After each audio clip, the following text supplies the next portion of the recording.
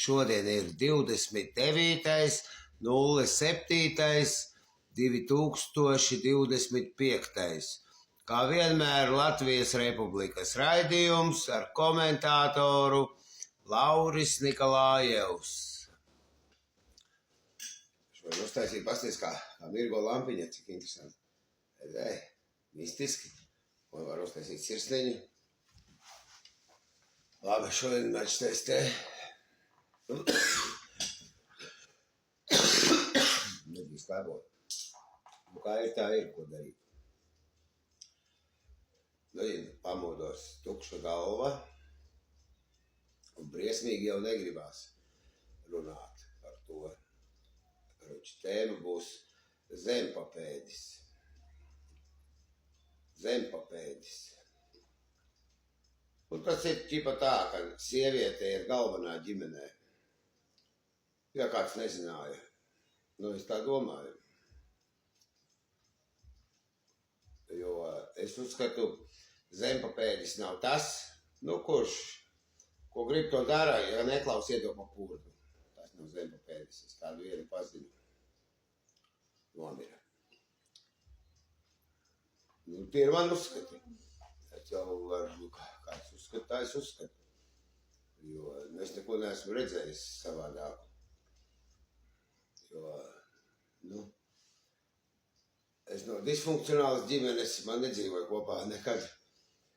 Varbūt tas ir no tā, kad, nu, piemēram, man mamma, valdonīga sieviete, es vispār nevaru iedomāties, vai viņai varētu būt kāds vīrs vai kāds, es tādu nepazīstu. Nekad neesmu dzirdējis par tādiem, ja kāds varētu tāds būt.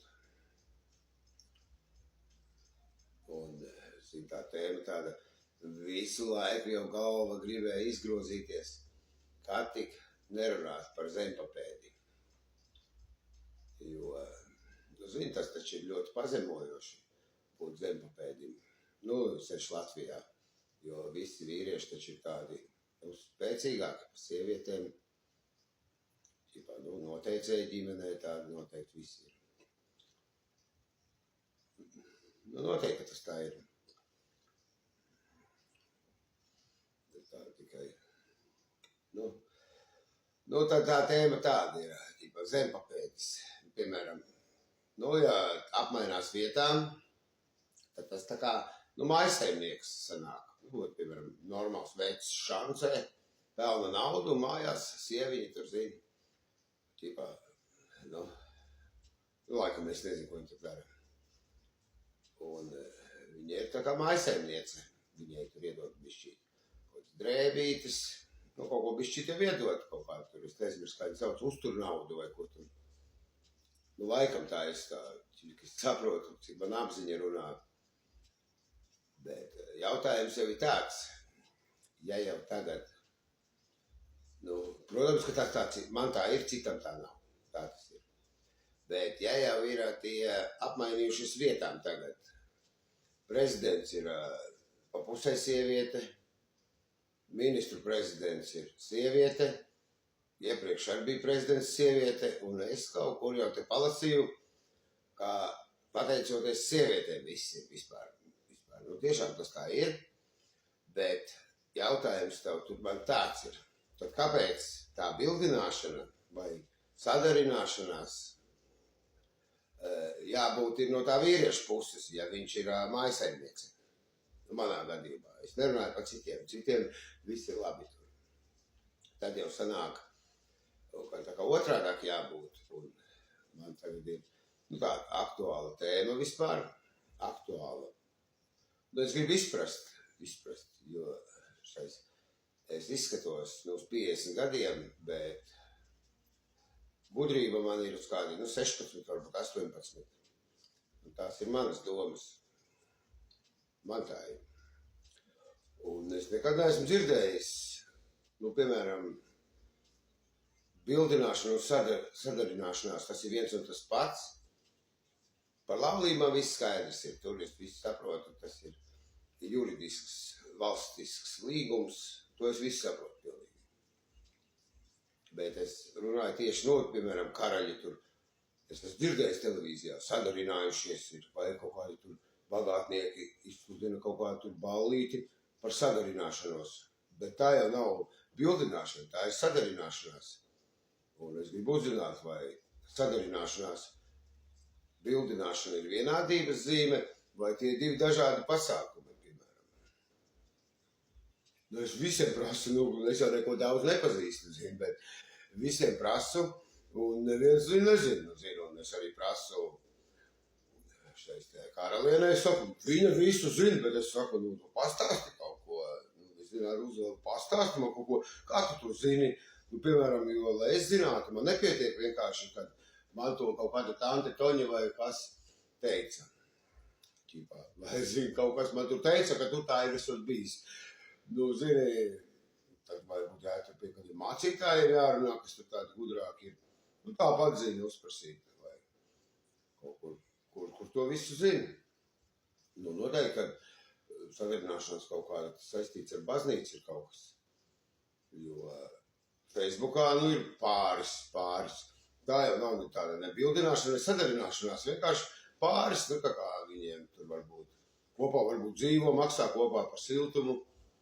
Es jau nezinu kā, jo, piemēram, pēdējā laikā es dzirdu ļoti bieži partneris. Es dzirdu tādu partneris, ļoti bieži dzirdu partneris. Kas tas ir? Līgava, kas tas ir partneris? Partneris, es uzskatu, ir, piemēram, es kādu kaut ko sarunāju darbā un naudas pusē, tas ir partneris tā. Es tā domāju, es nezinu, kā ir pareizi domāt, jo man godīgi saka skolā, es jau nemācījos arī daudz, bet neko nedzirdēju, neko nemācīju par to. Un arī bērniem prasu, zinu, kas diezgan labi skolā, ja tu mācās skolā, tur neko nemāci tādu. Es uzprasu tādus jautājumus, kas mani interesē, skolā arī nemāci. Bet kaut kā liekas, kaut ko, ka tāds ir kaut kas. Un es domāju, noteikti, ka to zina tie mācītāji, to zina. Varbūt.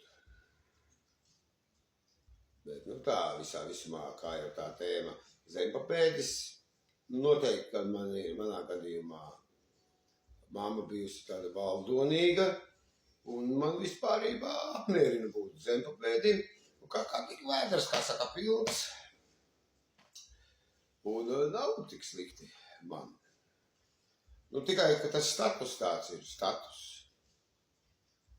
Bet atkal nevar ar to riteni braukt var.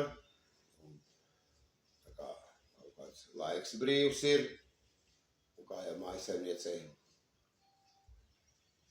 Nav tās darba lietas.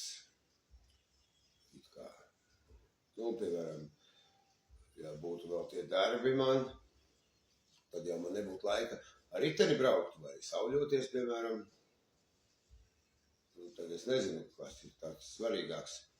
Tas status ir svarīgāks, vai tas brīvais laiks ir svarīgāks.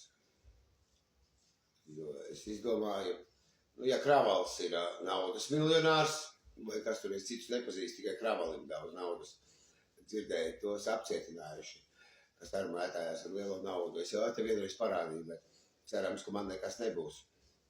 50. Nav tik traki, zini. Un es jau arī galvenais, man jau labi ir, kā es nekur nestrādāju, no 18. gada, zini, man jau nav ko atņemt vispār.